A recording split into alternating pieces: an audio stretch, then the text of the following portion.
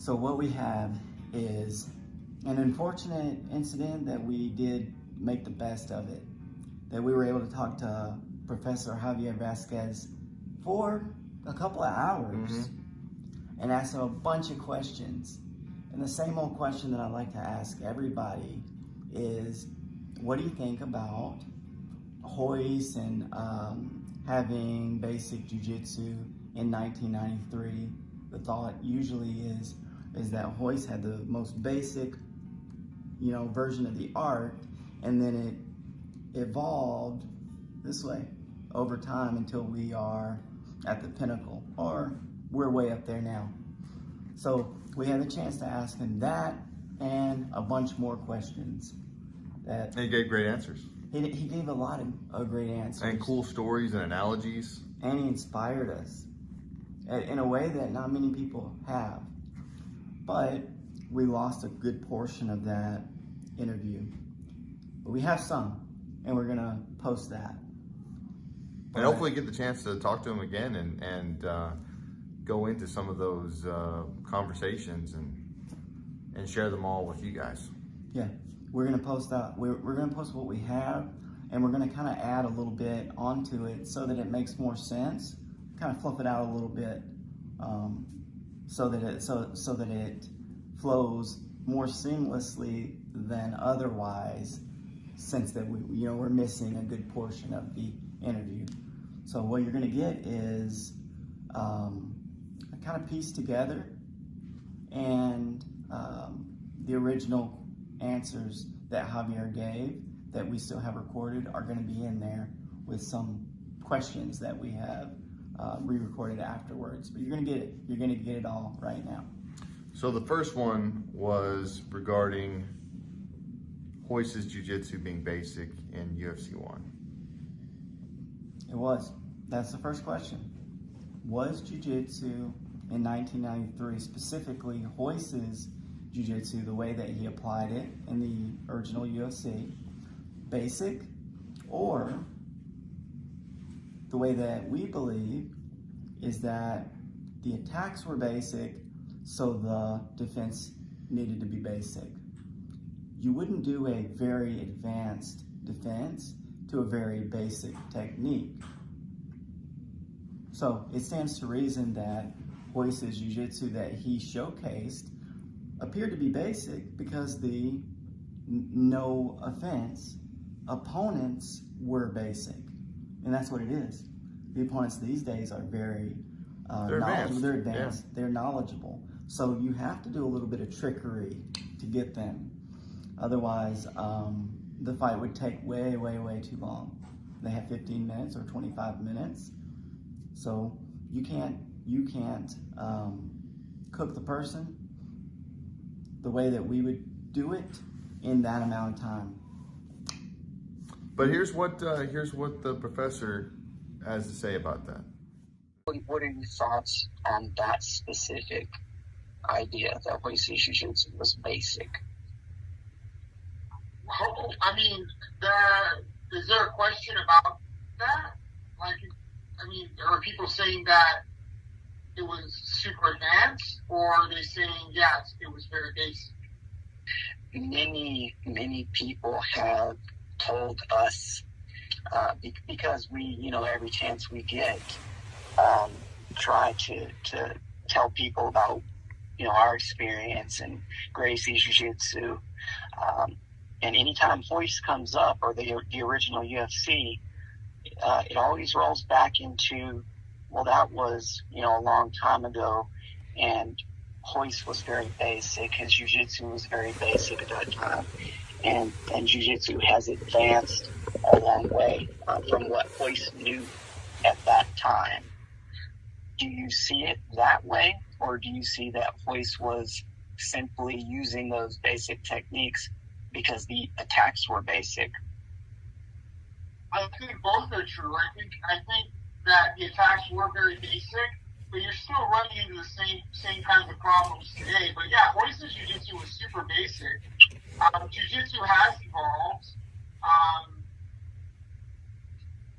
Royse wasn't like some sort of a freak super athlete. Royse is like a normal dude. He just understood how to fight and how to win under those circumstances.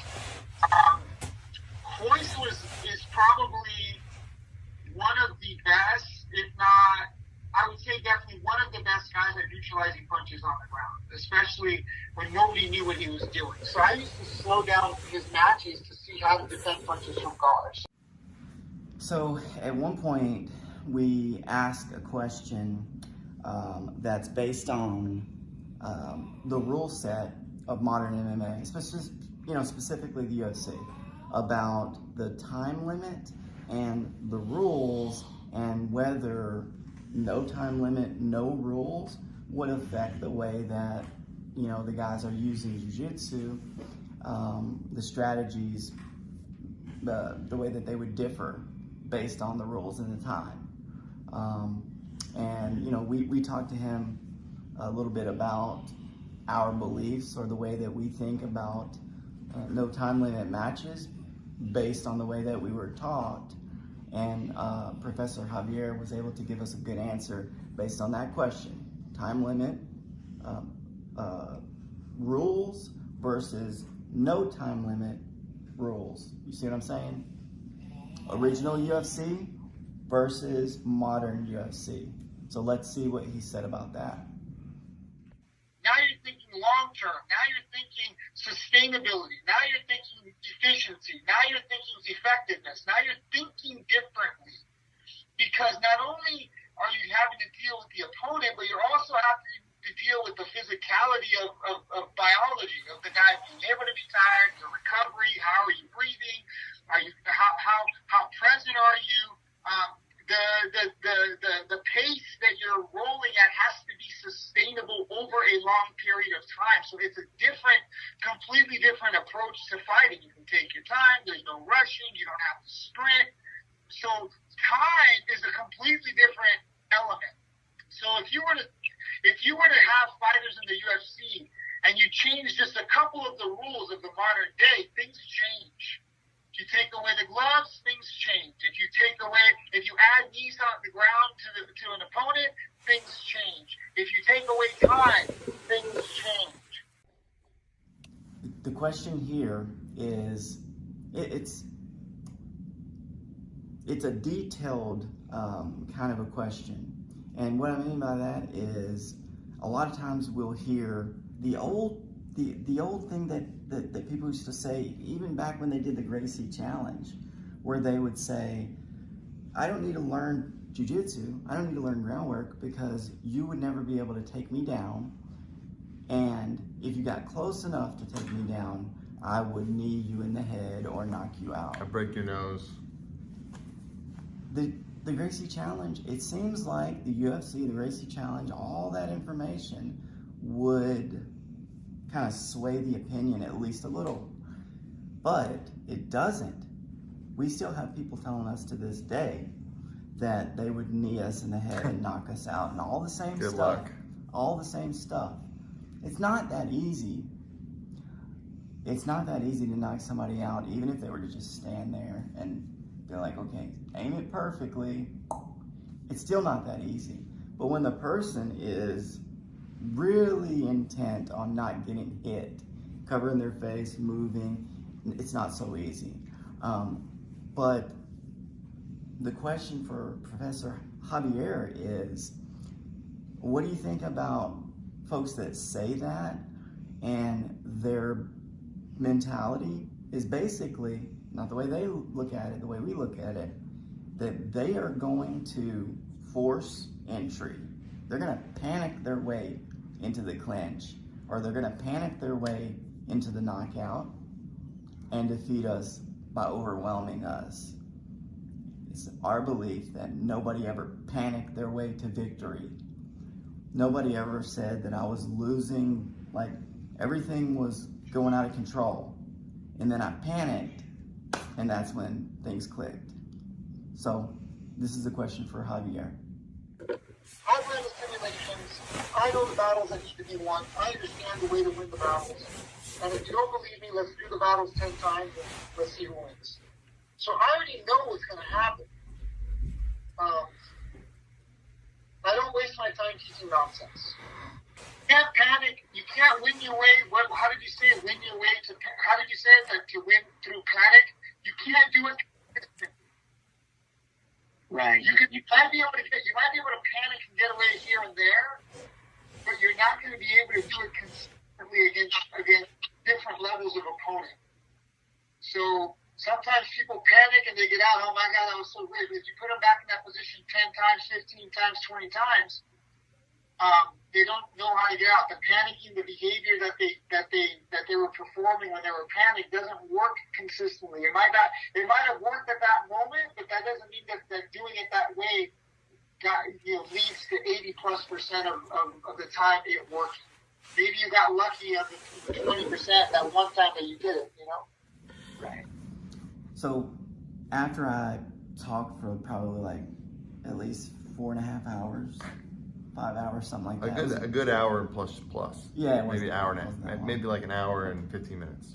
It was around there. I had some questions.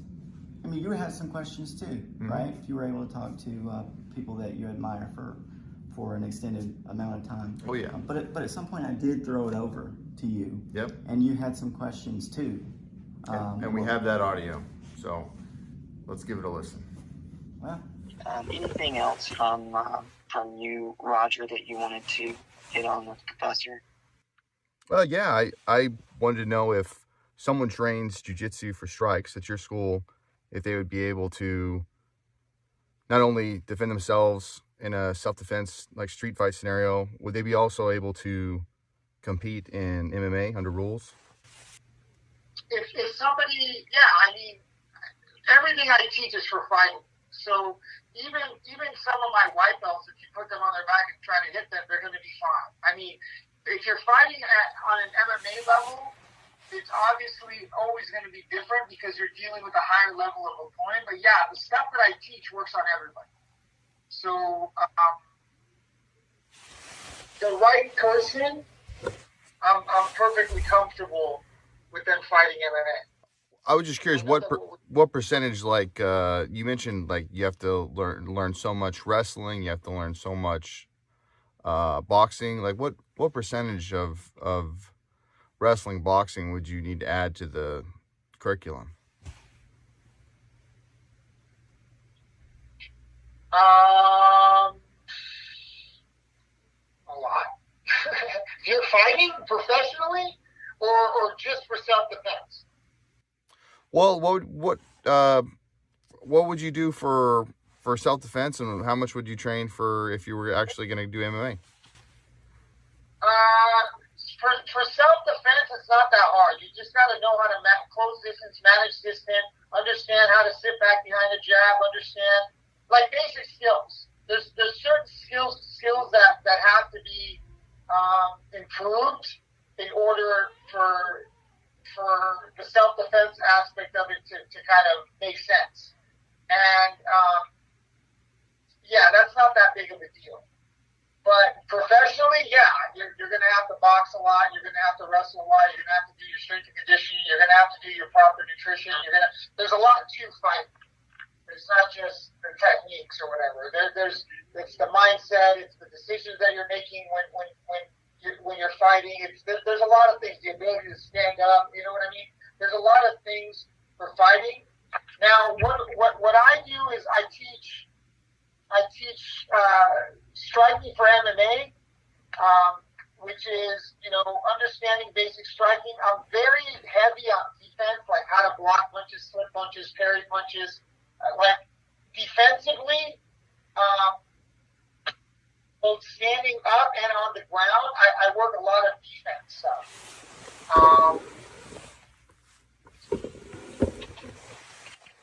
So is the goal to get a takedown, or is it to, are we trying to knock people out? If you're teaching a student, are you trying to knock people out? I tell my students it's best not to be knocking people out. Okay. It's much more humane just to take them down and control them. To me, it's like we're cheating.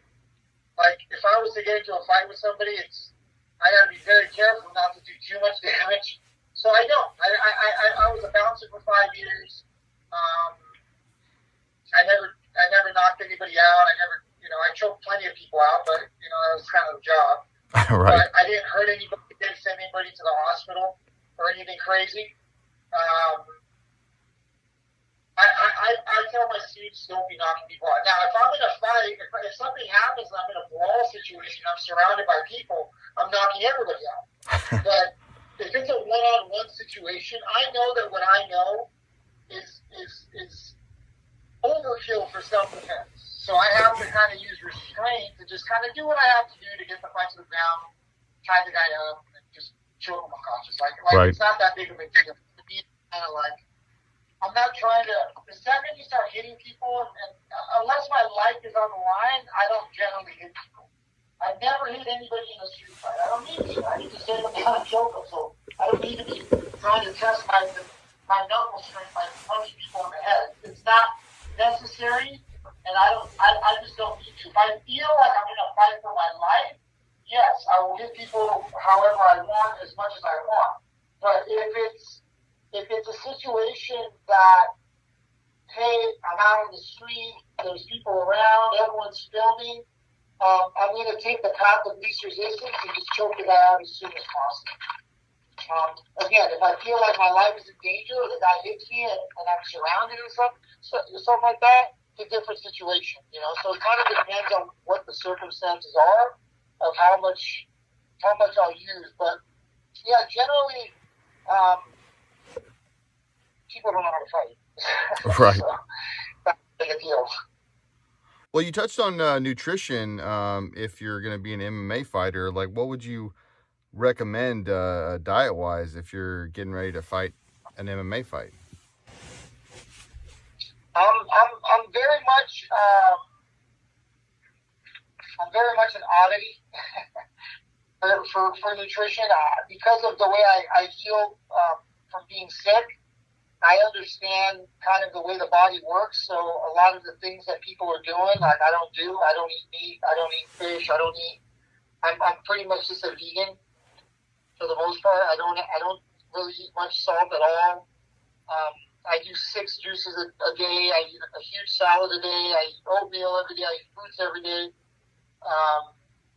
I eat a lot of potato stuff. So this style of nutrition, my students think I'm super strong. I have students that are over 200 pounds, whatever. They're like, dude, you're like the strongest one here, which I think is funny because I never thought of myself as being super strong. But I never thought I was weak, but I never thought I was super strong.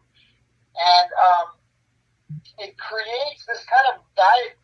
My body is very oxygenated, so I'm able to have pretty decent endurance just based on my nutrition. I don't really bonk or gas out. I'm able to have long, sustainable energy. And so my nutrition is lots of leafy greens. I do 3 green juices a day, a carrot apple juice, an orange juice. So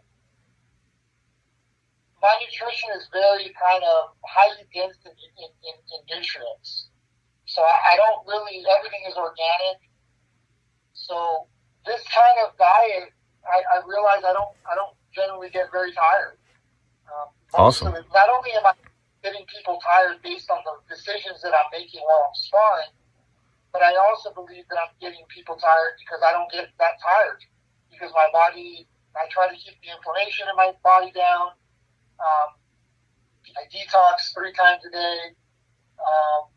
So your body just runs cleaner. It runs smoother. And it allows you to have, the system is not bogged down. It allows you to have long, sustainable energy. So I'm a little bit different when it comes to the nutritional aspect because of what I had to do. My understanding of how the body functions and feels.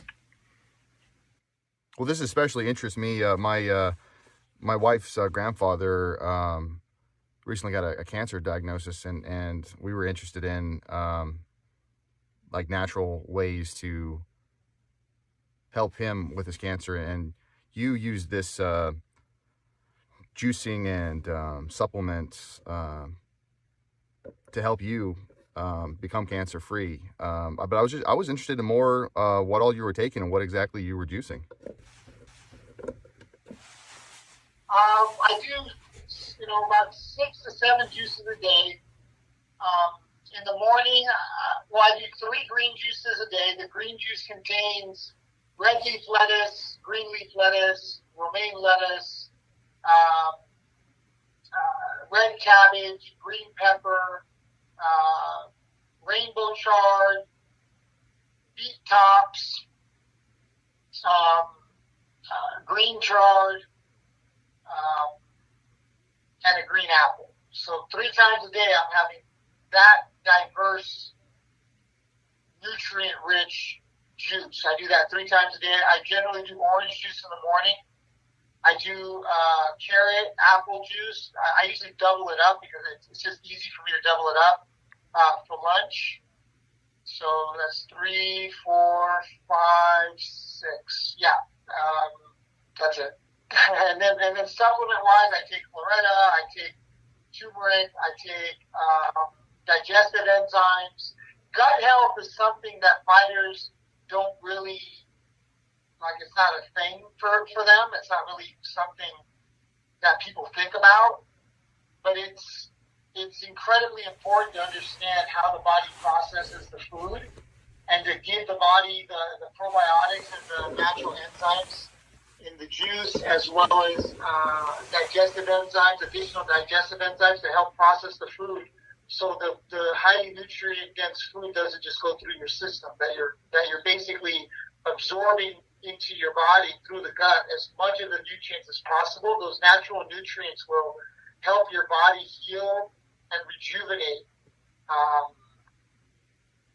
heal and rejuvenate your body. So gut health is a big deal. So, the Gerson Therapy was all about, gut health and liver health and organ health, really organ health. And when somebody gets diagnosed with cancer, most people don't even know what cancer is. They don't even understand what happens with cancer. I never knew that your thoughts can make you sick. Did you guys know that? That your thoughts can make you sick? I've recently discovered this. Yeah, I didn't know that. I didn't know that. And that's your emotional well-being or your emotional health can make you well, or it can make you sick. So I didn't know that at all. I didn't even know that was a thing. I didn't know that there was a correlation between your not mental health, but yeah, you could say mental health, but emotional health and your physical health. I just had no idea. I thought they were 2 separate things. But what happens is your thoughts can leave you. Every time you have a thought, a negative thought, you can feel the chemicals rushing into your body. And if you continuously have bad thoughts, those chemicals are constantly, ruminating around in your body. And the longer those chemicals are in your body, those fight or flight chemicals are only supposed to be in your body for a very short period of time. If you're triggering your body and mind into a fight or flight situation all the time, your body starts to break down and it starts to become acidic, and it starts to be, your body and mind start to be in a state of dis-ease instead of disease. It's dis-ease. Your body is in a state of dis-ease. Right. And understanding how to, like I said, regulate the mind, and understanding how to, eating the right foods. Every time you put something in your mouth, it's a decision that could be a positive one or a negative one, and it's really this simple. Every decision that you make is important, whether you want to realize it or not. The fast food that you're eating, all that food is full of chemicals that bog down your system. The biggest thing that I've noticed in healing and in the way my body functions, not only the digestive process has been smoothed, kind of smoothed out, but I think the biggest difference that I've noticed is the way I process information in my mind. I'm able to process things faster when you're eating live food. It kind of, your whole aura, your whole energy kind of elevates and gets higher. So you're kind of resonating at a higher level of consciousness. and you're able to process information faster. Once your body heals, once the body, the nutrients, like, once your body's kind of healed, like those nutrients that you're putting in kind of start going into your mind and your thought process and how you process the world, how you see the world. You're kind of a little bit more conscious and aware of more things in the world. It's almost like an enhanced mental state.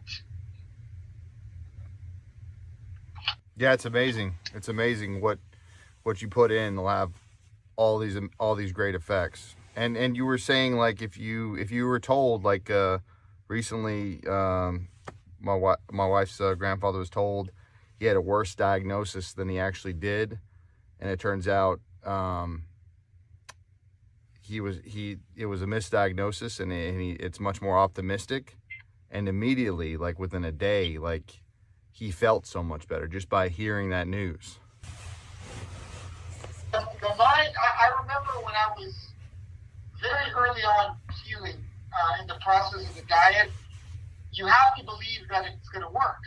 You have to know it's going to work. It makes sense. So you know it's going to work. So the second that I started going down the I'm going to die route on 2 different occasions, and I kind of shut that down. And I think shutting down those thoughts and understanding that there's a possibility, but not ruminating on those thoughts 24 hours a day is very important. Understanding the limitations of your own humanity, but also understanding that it is possible to heal very quickly. I went from a cancer diagnosis to nothing. You couldn't detect any cancer in my body in 3 months. It's amazing. So it's I think that you know, the healthcare industry doesn't understand how to heal the body. They're great at fixing, they're great at trauma. They're not great at health, because the solution for health in the healthcare industry has to do with selling you drugs and prescriptions and putting you on medication. That is right. a surface level fix to a very internal problem. Healing comes from the inside out. It doesn't come from a pill going from the outside in. Healing is done through nutrition, through mind, through mental, through your mental focus. I've used sound. I've used binaural beats. I've used tuning forks. I've used meditation.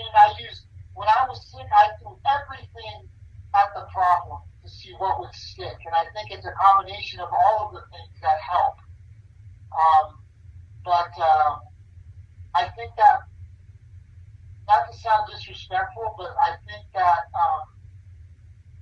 a lot of doctors don't know what they're doing. I think a lot of doctors only know how to prescribe drugs. They don't know how to cure cancer. And I'm not saying this from a place of arrogance. I'm saying it from a place of knowing that I know more about curing cancer than most doctors know at all. Right. The philosophy behind the way I'm going to do it works. It Definitely. works consistently. The problem with my way, or not my way, but the way that I did it through the Gerson Institute, the way that Max Gerson did it, philosophically, is very different. It's rejuvenating the body through high levels of nutrition and nutrient-dense food, highly nutrient-dense food. The way that doctors do it is that they give you chemo and they try to blast everything, and if you survive, hopefully you'll live 5 years after that. The Gerson Therapy rejuvenates the body. The modern medicine way of doing it destroys the body. So philosophically, they're 2 different things. And the craziest thing was when I there's a couple of things that I had to go back. I ended up passing a kidney stone and my kidney ruptured. I think it was from all the years of weight cutting, so I had to end up going to the hospital. I was in the hospital a couple of days when my kidney ruptured from the stone, and they're checking me. The doctors would come in and they're like, "You have cancer?" They're like, "You?" They were looking at me because I looked like normal, right? And I'm like, "Yeah." And they're like, "How did you do it?" And then I told them, they're like, I've never heard of that way. And I'm going to Wow. tell you, the vast majority of doctors were pretty upset that I was able to do it a different way. There's an arrogance to some doctors that they feel offended. My oncologist, I had to replace him because he was offended that I didn't listen to him. Even though I got a great result, he was like upset that I didn't listen to him.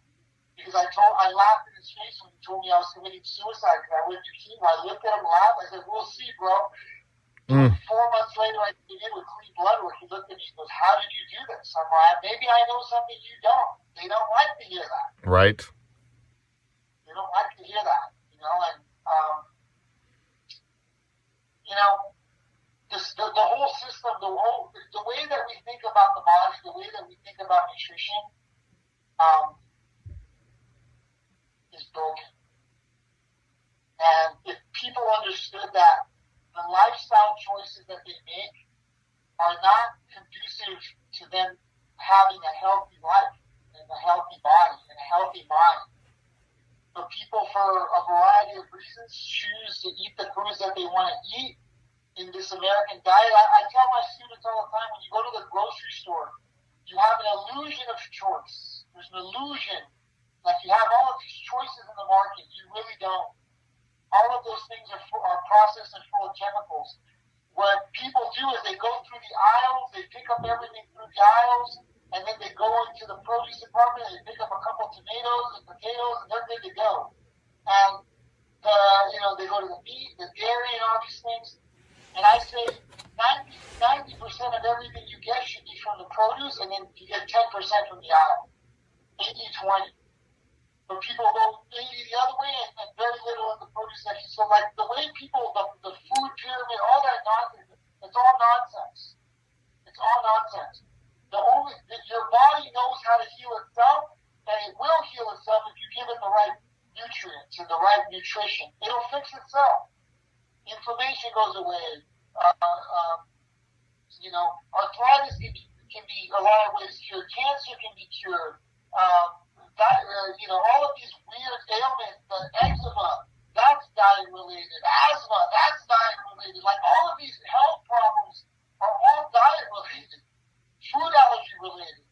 Lack of nutrition related. Like, it's like when it's like I see through the matrix.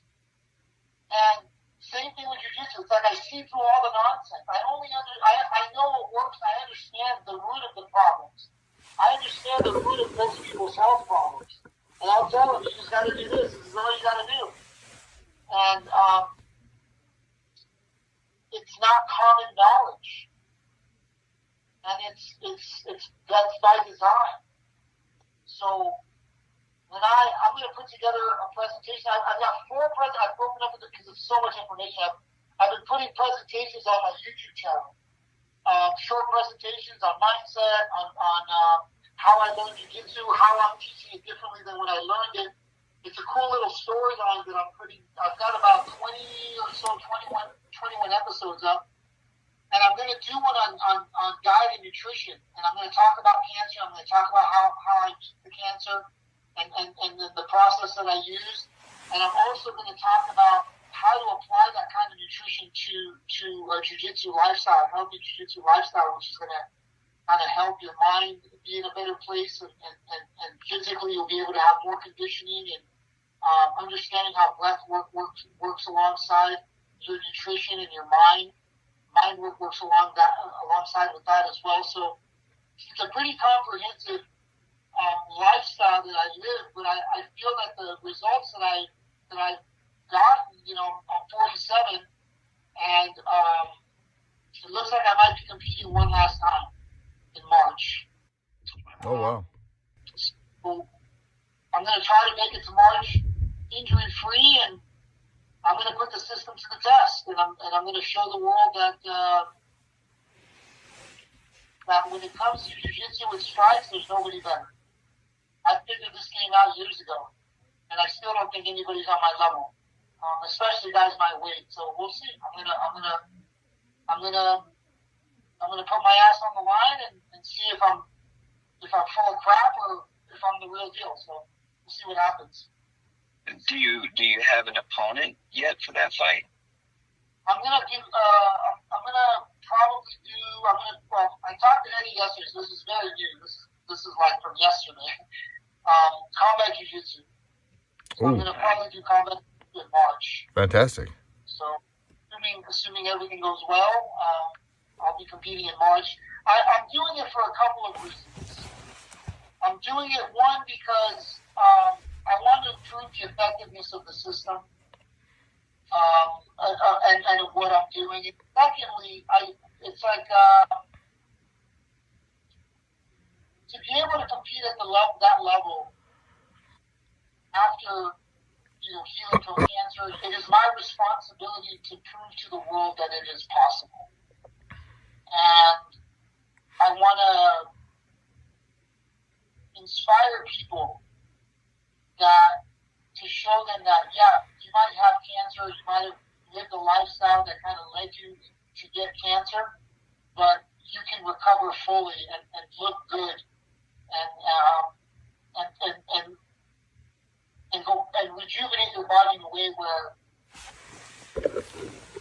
you're healed. And you can still compete and you can still do all the things and live a healthy life. Hey, one of the things that he told us about is very serious matter. That some people will already know that Javier Vazquez had very aggressive cancer, like some of the most deadly cancer that you can get. And I believe he told us that within 3 months of being diagnosed, he was cancer-free. 3 months. And that he did that with diet, a very strict diet, and mindset. And what I mean by that is he really explained to us something that we already teach and talk about, which is conviction in jiu-jitsu. That you go for an arm lock and you believe that arm lock is going to work, you go about the technique different than if you think beforehand, let me see if it's going to work. Especially if the guy on the bottom is already thinking, like, go for it, it's not going to work. That's conviction. You've always told me that if you believe it's going to work, it will work. Yeah, some people might hear that and say, I believe that I can jump from the ground on top of the house. Well, it's not that if you believe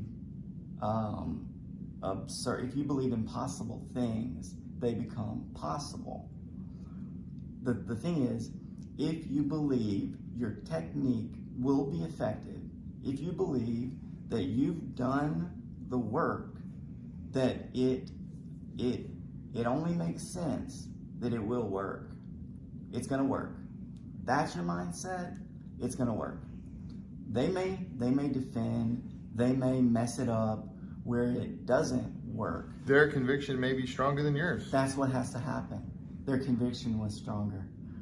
So, but you're never going to get there at all if you don't believe that it's going to work. No half measures. No. And that makes me think of something I don't want to say right now, but somebody told me once that if you're going to slap somebody, that you don't slap them halfway. If you're going to slap them, then slap them as hard as you can. So, but that's a different deal. But that is good advice. Yeah. Professor Vazquez, man, he had a lot of things to say, like great answers, probably half of which I can't think of off the top of my head. Well, I know you remember the story they told about being dropped off on the island. That was a great story. I have told that story since then, and will add it to my teaching forever. Like, there's a couple things I'll add in there forever. That's something that Professor Diaz told us, and a few others. But, man. Principle's the same. Yeah, principle is the same. The principle is the same. So, if you can make your way through this interview with a little bit of kind of static. There's a little bit of difficulty with the audio, but listen to it for what it is. Listen to it for what it is. Don't hate it for what it's not. Love it for what it is. Okay? Jiu-Jitsu. So. And we turned basically a challenge. It wasn't a defeat. We spun it for the win. Like, we took what we had and we gave it to you guys to listen so that you guys can get the maximum amount of enjoyment, entertainment that we were able to bring to you. So, and we learned, now we have multiple backups, so we won't lose any audio or video in the future. You know, yes, we learned a big time lesson. But the big thing is, in reality, we could have been selfish and kept the interview for ourselves, really, because it failed. We only got a certain amount that was salvageable and whatnot. We didn't even think for a second about keeping it for ourselves. We immediately started to work on how can we get it out there, how can we add or edit or fix so that everybody can benefit from what we have. You'll benefit from it too. And the good news is you can go to his channel, and we're going to put the link right here, and check out all of his amazing content on his channel. Right there. Oh, you moved it. It's like right there. Oh, well, there it is. So it's good stuff. There's a lot of stuff about Javier Vazquez online. A lot of these questions you won't find anywhere else. So this is the beginning of the Jiu-Jitsu Robot podcast, maybe episode 11 at this time. I think it was supposed to be 10. So right now this will be 13 because we just put out 12. They're all out of order, and I think we even were talking about losing the audio on the last podcast that we're going to release.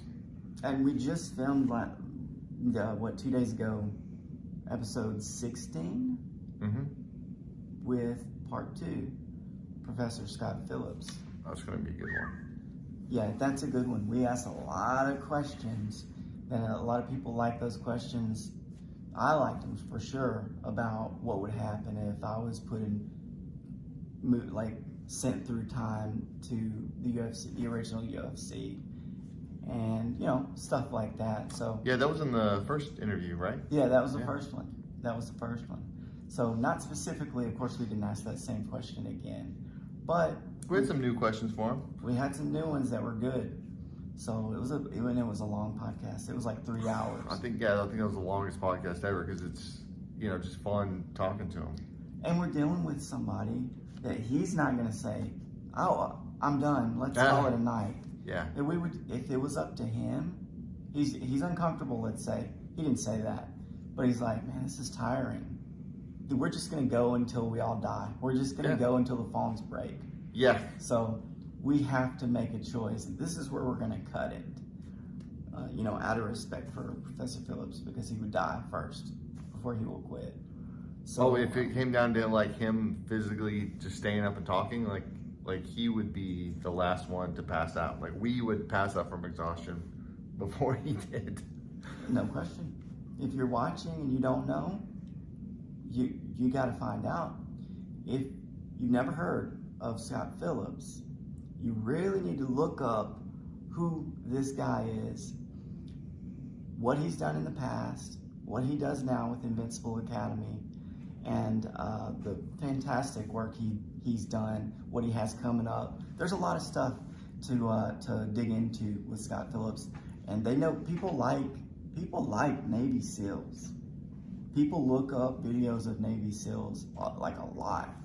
And we're gonna have so many great guests. We've already had so many great guests.